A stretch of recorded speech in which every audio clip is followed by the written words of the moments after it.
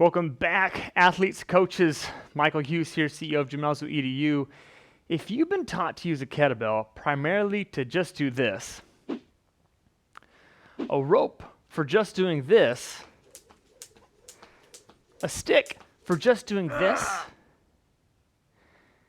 and look at a steel mace like this, because you really don't know what to think, then you're at the right place at the right time to expand your mind, because the fitness industry is moving forward quickly, and there will be athletes, trainers, brands, franchises that will get left behind if these new movement technologies and these tools are not well understood and applied by all of them in the near future. Simply stated, the fitness industry has been mostly known for lifting weights via barbells, dumbbells, and various machines. However, in recent decade plus or so, there had been a strong push from the boutique fitness culture to train and condition with athletic movements for real life, or functional biomechanics, at the core of the workouts. What this really means is that we, as an industry, are starting to understand that we should do workouts that train us to move better versus just have us look better. Because whether we like it or not, the fact is that our bodies have parts like modern machines whose such parts will get worn out prematurely by single-plane, repetitive, ad nauseum training and conditioning. So while there are many growing methods, some are much better than others, on how to train the body for sustainable, real-world athletic movements, or what we're calling functional mobility, there have been a few choice tools that practitioners, including ourselves at Gymnazo, have been using to accomplish these very realistic goals for our clients and our athletes. In this video, we're going to cover tools, some of which you may already recognized, that we use to enhance functional mobility. But like any tool that any professional across any industry has access to, it's how you use that tool that ultimately matters the most. Please remember that it's not how the tool fits you or your client, it's how you fit the tool to yourself or your client that ultimately matters. All right, let's kick this off with the most popular of them all, the kettlebell. So here's an interesting fact.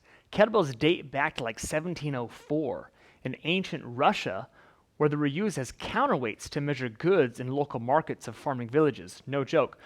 Russian farmers actually discovered that the kettlebell could be used to swing, to press, in order to demonstrate strength. So contests were actually held as pastimes in villages and towns during festivals, fairs, and even like carnivals. And from there, well, let's just say the rest is history. Why do we love this tool? Well, it's versatility, to be honest with you.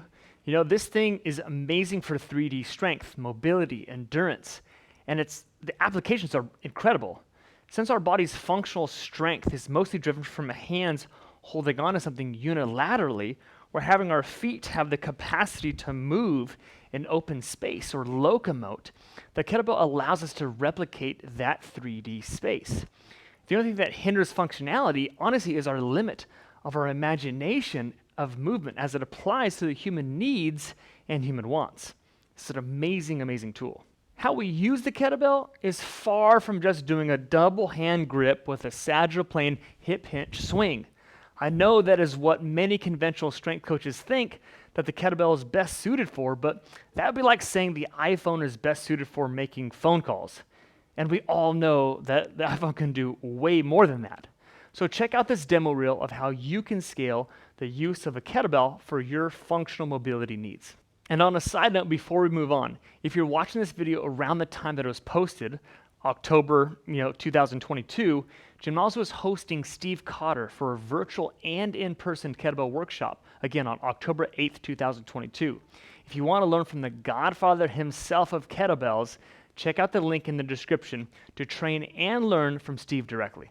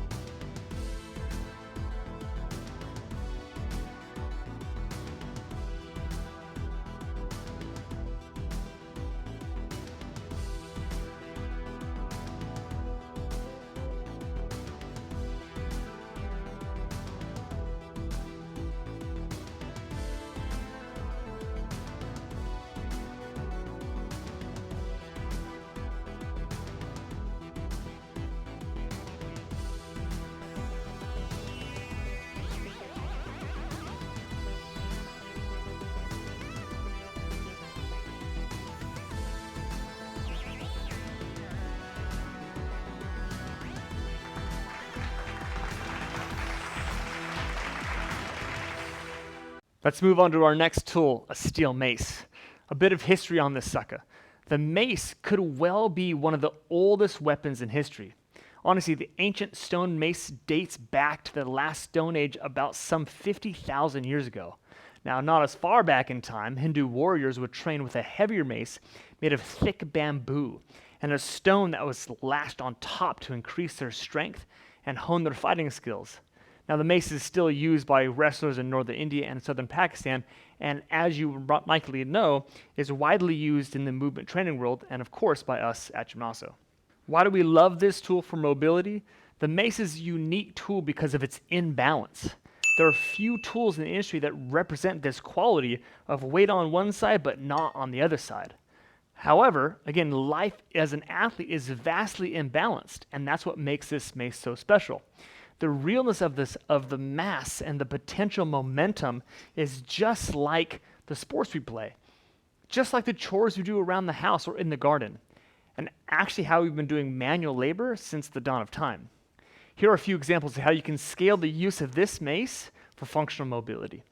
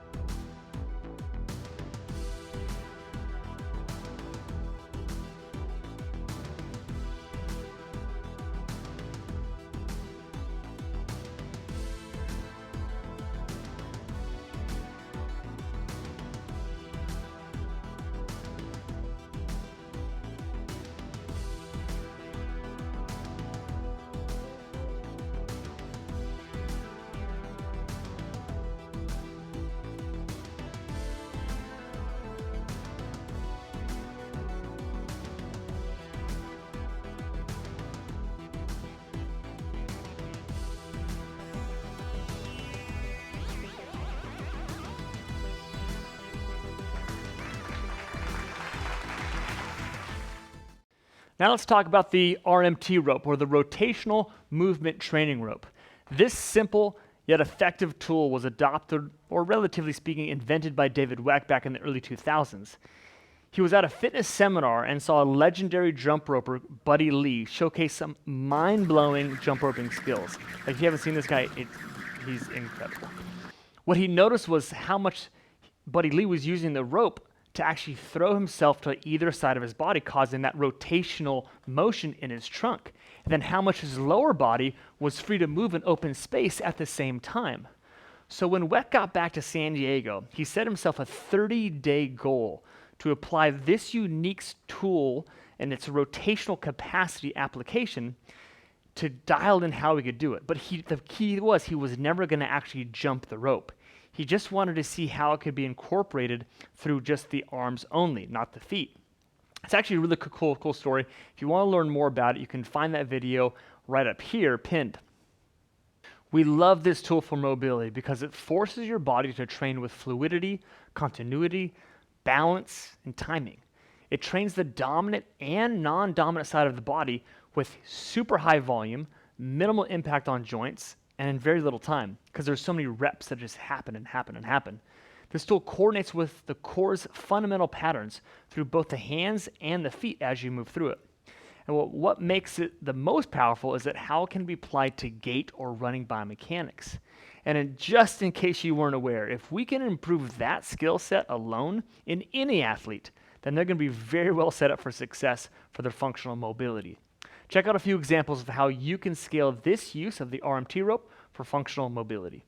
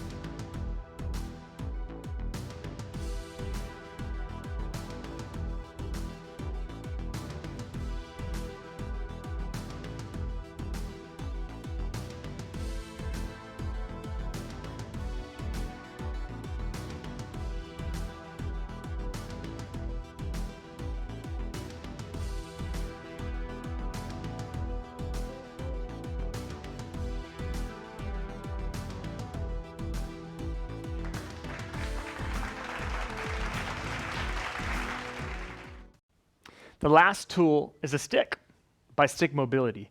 There's no hiding it. There's nothing new about integrating sticks into a stretch workout. Flexibility-focused methods have been working with wooden dowels for a very long time. And it was actually a stick yoga course in 2015 that inspired the creation of Stick Mobility by 3 trainers, Dennis Dumfrey, Neil Valera, and Mitch Taylor. They started with wooden sticks and found that actually they were too rigid. Then they tried PVC piping, which they found was prone to shattering, not a good thing. And then before ultimately designing an ultra flexible stick with grips at the end that you have right there. We love this tool for mobility for one major reason and several smaller reasons. The major reason that is it provides stability. When we have more access to stability, the body allows us to reach for more mobility. Here's how I want you to think about it from a functional spectrum standpoint. If someone has very little walking mobility, right? Well, then a walker or a cane provides them with greater mobility because they can rely on the stability of that tool, right? Well, on the other end of the spectrum, if the human body has high quality intentional muscle control or internal stability, then an athlete can shape and move their body to do amazing athletic movements. Both sides of the spectrum are because of stability. One internal, one external. So if we want to train for more mobility with ourselves and our clients, then having a tool that gives us that advantage to do so would be essentially worth investing in, right? So let me show you what I'm talking about. Here are a few examples of how you can scale the use of a stick mobility for functional mobility.